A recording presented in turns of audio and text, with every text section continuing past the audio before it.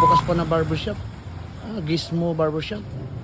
Boss, pwede pang magpagupit, boss? Ano po? Baka makahabol kasi may hair art daw na design. Okay. Kaya ba mag hair art, boss? Kaya naman po. Kaya. Pero ito, boss, papakita ko sa iyo yung yung hair art na papagawa ko. Yung ganitong hair art. A few moments later.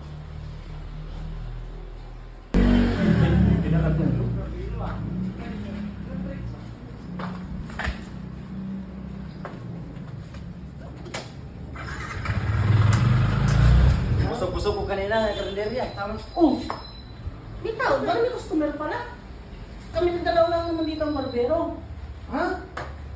Kayong dalawa lang? Nag-break lang kami. Ano yung barbero yung magupit sa akin? Eh, bang namin, boss? Ano yan? Sabi ko baril, bakit burat? Bakit burat yan? Ba yan?